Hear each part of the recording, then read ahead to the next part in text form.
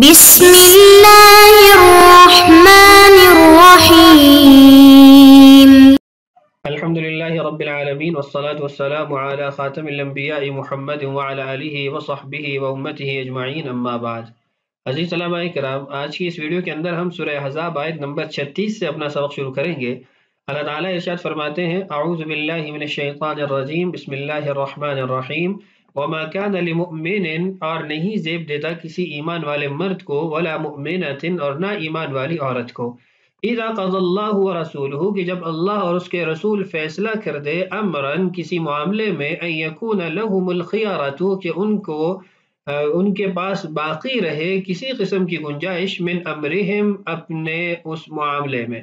ومن یعص اللہ، اور جو اللہ کی نافرمانی کرتا ہے، ورسولہ، اور اس کے رسول کی نافرمانی کرتا ہے، فقد ضل ضلالا مبینا، تو یقیناً یہ بہت کھلی گمراہی میں پڑا ہوا ہے۔ وَإِذْ تَقُولُ، اور یاد کریں اس وقت کو جب آپ کہہ رہے تھے، لِلَّذِي، اس شخص سے، انعم اللہ علیہ، جس پر اللہ نے احسان کیا تھا، وَأَنْعَمْتَ علیہ، اور آپ نے بھی احسان کیا تھا، أَمْسِكْ عَلَيْكَ زَوْجَكَ، اپنی بیوی کو اپنے پاس رکھو، وَاتَّقِ اللَّهَ، اور اللہ سے ڈرو، وَتُخْفِي فِي نَفْسِكَ، اور آپ چھپا رہے تھے اپنے دل میں، مَاللَّهُ مُبْدِيهِ، ایسی بات کو جس کو اللہ نے ظاہر کرنا تھا یا جس کو اللہ ظاہر کرنا چاہتا تھا، وَتَخْشَى النَّاسَ، اور آپ لوگوں سے ڈر رہے تھے، وَاللَّهُ أَحَقُّ أَن تَخْشَاهُ، حالانکہ اللہ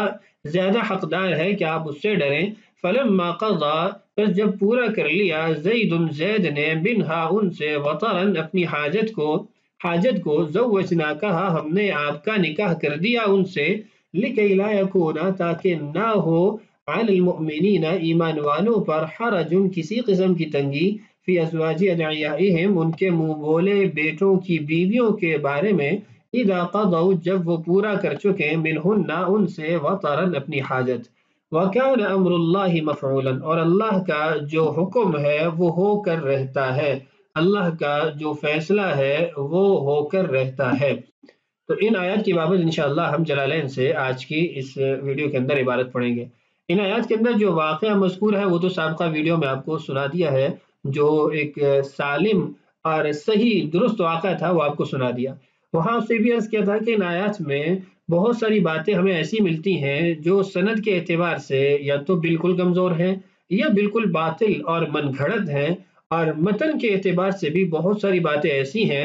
جو رسول اللہ صلی اللہ علیہ وسلم کے مقام منصب سے ایک بہت کم تر چیزیں ہیں کہ آپ صلی اللہ علیہ وسلم کے مقام و منصب کے لائق نہیں ہے جو باتیں آپ کی طرف منسوب کی گئی ہیں۔ تو اس سے بھی پتہ چلتا ہے کہ یہ جو باتیں ہیں یہ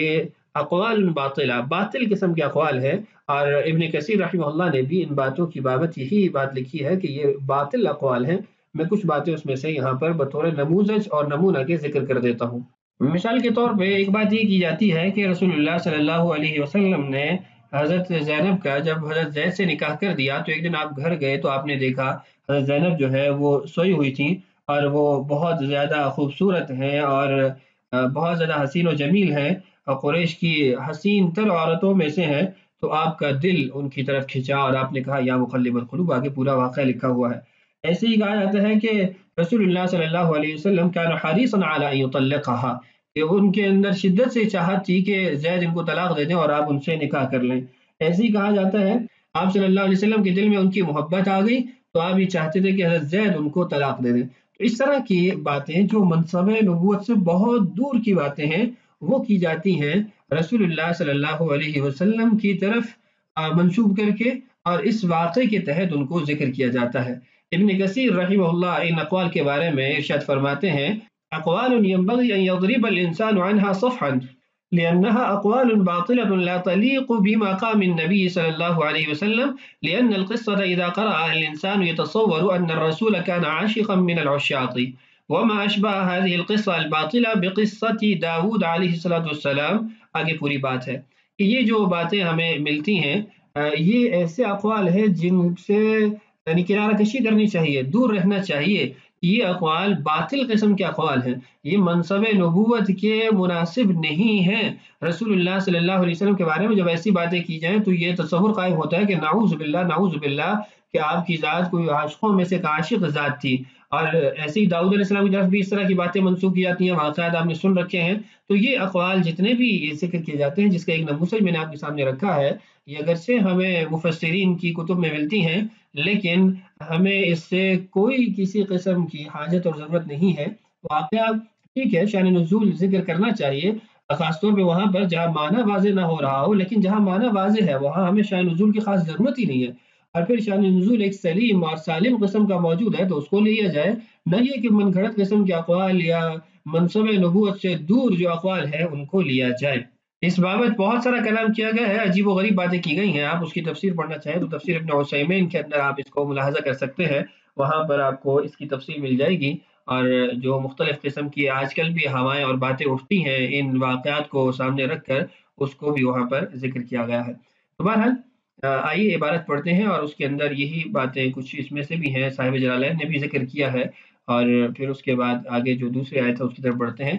فرماتے ہیں وما كان لمؤمن، اور نہیں زیب دیتا ایمان والے مرد کو، ولا مؤمنات، اور نہ ایمان والی عورت کو، اذا قضى اللہ ورسولہ، کہ جب اللہ اور اس کا رسول کوئی فیصلہ کر دے۔ اذا قضى اللہ ورسولہ، اللہ کا فیصلہ ایک تو وہ ہے جو اللہ کی کتاب میں اترا ہے، دوسرا بہرحال جو صحابہ کے امور تھے اور ان کے بارے میں جو بات چیت ہوتی تھی وہ تو رسول اللہ صلی اللہ علیہ وسلم بھی فیصلہ فرماتے تھے، تو گویا رسول اللہ صلی اللہ علیہ وسلم کا فیصلہ اللہ ہی کا فیصلہ ہوتا تھا۔ اور بعض میں بیشتر مقامات پر ہمیں یہ ملتا ہے من یطع الرسول فقد اطاع اللہ، کہ اطاعت رسول وہ بعین ہی اطاعت رب ہے، اطاعت اللہ ہے۔ تو اس لیے یہاں پر اذا قضى اللہ ورسولہ، یا تو یہ فیصلے رسول اللہ صلی اللہ علیہ وسلم کی طرف منسوب ہے اور آپ کے فیصلوں کو اللہ کی منشا کے مطابق فیصلہ قرار دیا گیا ہے اس کلمہ سے، اور دوسرا یہ ہو سکتا ہے کہ اذا قضى اللہ فی کتابہ ورسولہ فی حدیثہ امرن، کسی قسم کا معاملہ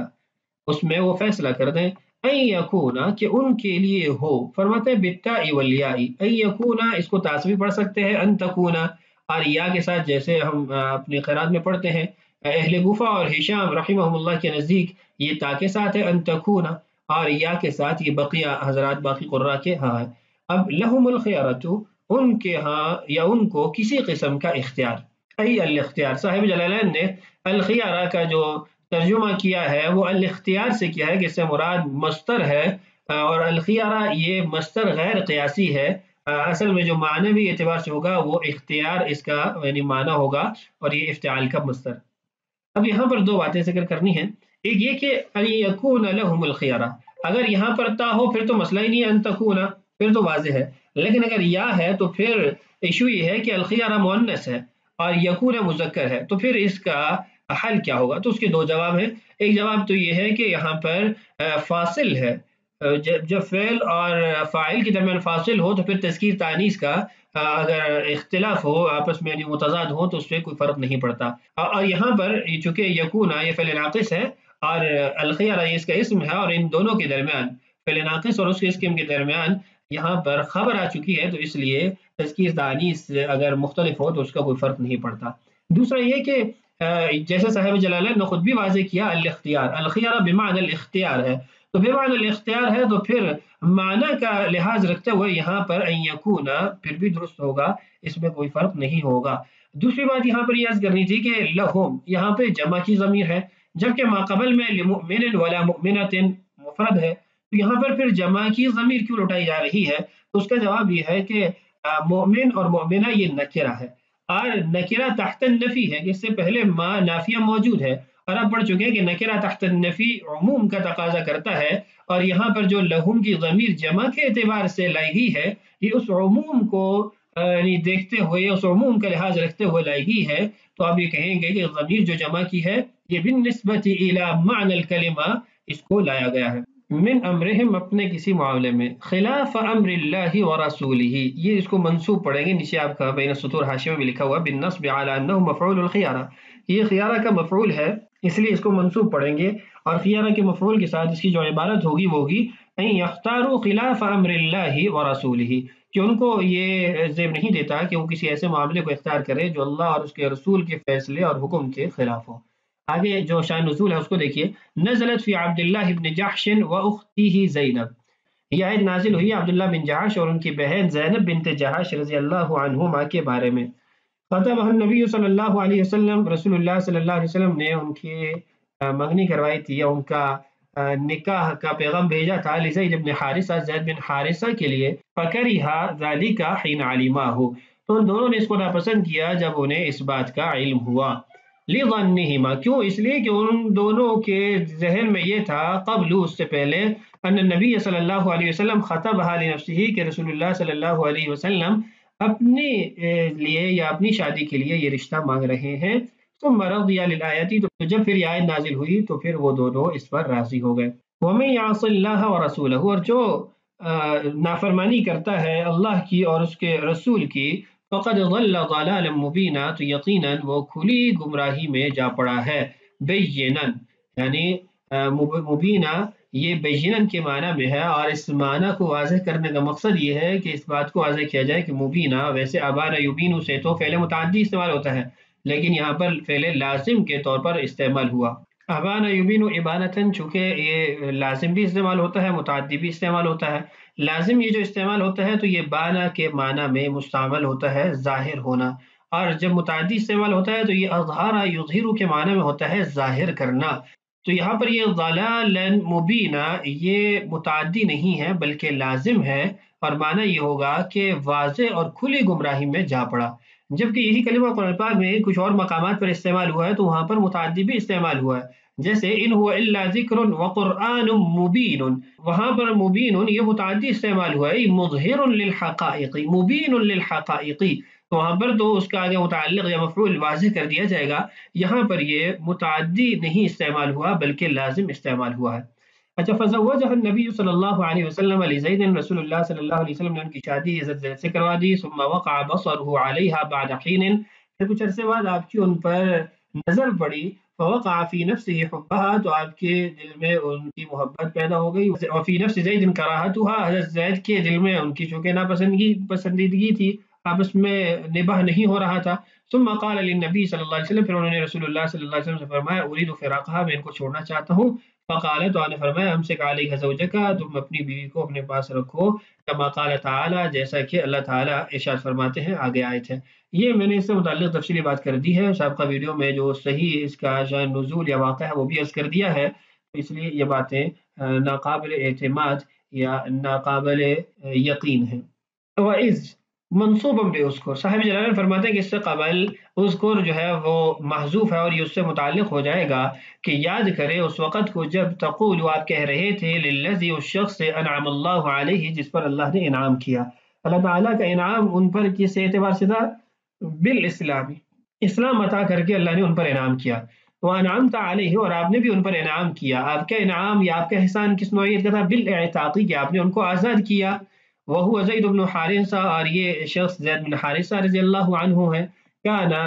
من سبی الجاہلیہ، یہ ان غلاموں میں سے تھے جن کو جاہلیت میں غلام بنا لیا گیا تھا، اور پھر آگے ان کی خرید و فروخت شروع ہو گئی۔ اشتراہ رسول اللہ صلی اللہ علیہ وسلم قبل البعثۃ، آپ صلی اللہ علیہ وسلم نے ان کو بعثت سے پہلے خریدا تھا، قبل وعتقہ وتبناہ، اور پھر آپ نے ان کو آزاد کر دیا اور ان کو اپنا لے پالک بیٹا بنا لیا۔ یہاں پر ایک بات یہ واضح کر دوں کہ اشتراہ رسول اللہ صلی اللہ علیہ وسلم، یہ ایسا نہیں ہے، سیرت کی کتابوں میں یہاں پر اس واقعے میں یہ بات مذکور ہے کہ سیدتنا خدیجہ رضی اللہ عنہا نے ان کو خریدا تھا اور پھر آپ صلی اللہ علیہ وسلم کو ہبہ کیا تھا حضرت زید بن حارثہ کو۔ تو دوسری بات یہ ہے کہ اس کا جو تفصیلی واقعہ میں نے آپ کو سابقہ ویڈیو میں سنا دیا ہے، وہاں پر آپ اس کو سن سکتے ہیں۔ امسک علیک زوجک، آپ اپنی بیوی کو اپنے پاس رکھو، ٹھہرائے رکھو، واتق اللہ، اور اللہ سے ڈرو، اس بابت فی امر طلاقہا، ان کو طلاق دینے کے معاملے میں اللہ سے ڈرو، یعنی تم اس شادی کو برقرار رکھو۔ وتخفی فی نفسک، اور یہ خطاب ہے رسول اللہ صلی اللہ علیہ وسلم کو، آپ چھپا رہے تھے اپنے دل میں، ماللہ مبدیہ، جس کو اللہ ظاہر کرنا چاہتا تھا۔ صحیح تفسیر اس کی میں نے آپ کو پہلے بتا دی ہے کہ اس سے مراد یہ ہے، جو اہل تحقیق اور اہل علم کا قول ہے کہ اللہ تعالیٰ نے آپ صلی اللہ علیہ وسلم کو بذریعہ وحی بتا دیا تھا کہ اللہ نے آپ کی شادی زینب سے کروانی ہے، اور آپ صلی اللہ علیہ وسلم اس خوف سے نہیں بتا رہے تھے کہ لوگ کہیں گے اپنے لپالک کی بیوی سے شادی کر رہے ہیں یا شادی کرنا چاہتے ہیں۔ مظہرہ من محبتہا، اللہ ظاہر کرنے والا تھا، یہ مبدی ہی کا ترجمہ ہے، مظہرہ، اللہ ظاہر کرنے والا تھا جو ان کی محبت تھی آپ کو، وَأَنَّهُ لَوْ فَارَقَهَا زَيْدٌ تَزَوَّجْتَهَا، اور یہ کہ اگر زید ان کو چھوڑ دے تو آپ ان سے شادی کر لیں. یہ انہی اقوال میں سے ہے جو باطل قسم کے ہیں، پہلے اس کی وضاحت کر دی ہے. وَتَخْشَى النَّاسَ، اور آپ ڈر رہے تھے لوگوں سے، أَن يَقُولُوا، کس بات سے کہ وہ لوگ کہیں تزوج محمد زوجة ابنہ، کہ محمد نے اپنے بیٹے کی بیوی سے شادی کر لی ہے صلی اللہ علیہ وسلم. واللہ احق ان تخشاؤ، حالانکہ اللہ کی ذات وہ زیادہ حقدار ہے کہ اس سے آپ ڈریں، فی کل شیء، ہر امور میں، ہر کام میں. وَيُزَوِّجُكَهَا وَلَا عَلَيْكَ مِنْ قَوْلِ النَّاسِ، اور وہ آپ کی شادی کروائیں گے اس عورت سے، اور آپ کو یہ خوف نہیں ہونا چاہیے کہ لوگ کیا کہیں گے. ثم طلقها زید، زید نے ان کو طلاق دے دی. وانقضت عدتها، اور ان کی عدت گزر گئی. قال تعالی، اللہ تعالیٰ نے اس بابت ارشاد فرمایا، فلما قضى زید،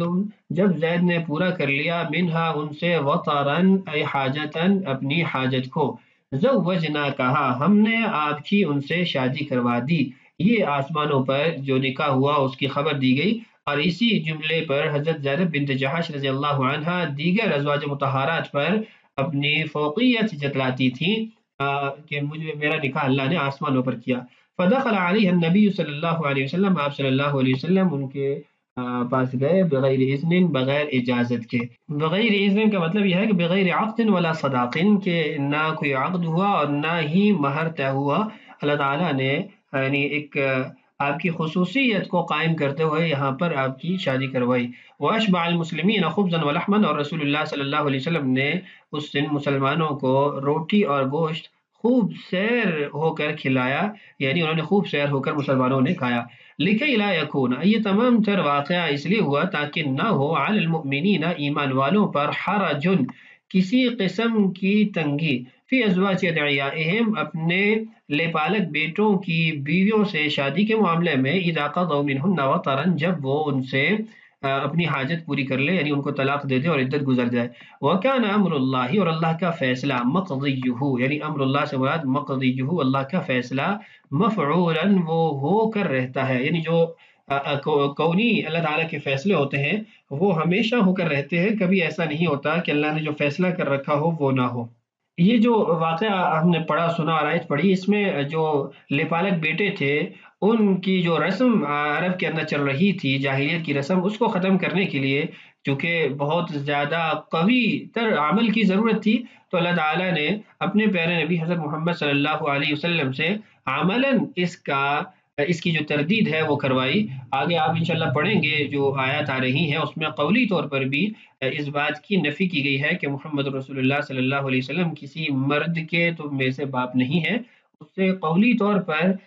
اس بات کا رد اور تردید کی گئی کہ لپالک بیٹا وہ حقیقی بیٹوں کی طرح نہیں ہوتا ہے، اور جو واقعہ ہم نے پڑھا اس میں فعلی طور پر اس کی تردید کی گئی. تو آج کی اس ویڈیو میں ہم نے ان دو آیات کو پڑھ لیا، جو وضاحتیں تھیں وہ کر دی ہیں، اور جو صحیح واقعہ تھا وہ سابقہ ویڈیو میں آپ شیئر کر دیا ہے. اللہ تعالی ہمیں اور ساری انسانیت کو قرآن پاک کا صحیح فہم اور عشق اور محبت نصیب فرمائے. اللہ تعالی ہم سب کا حامی و ناصر ہو. السلام علیکم ورحمۃ اللہ وبرکاتہ.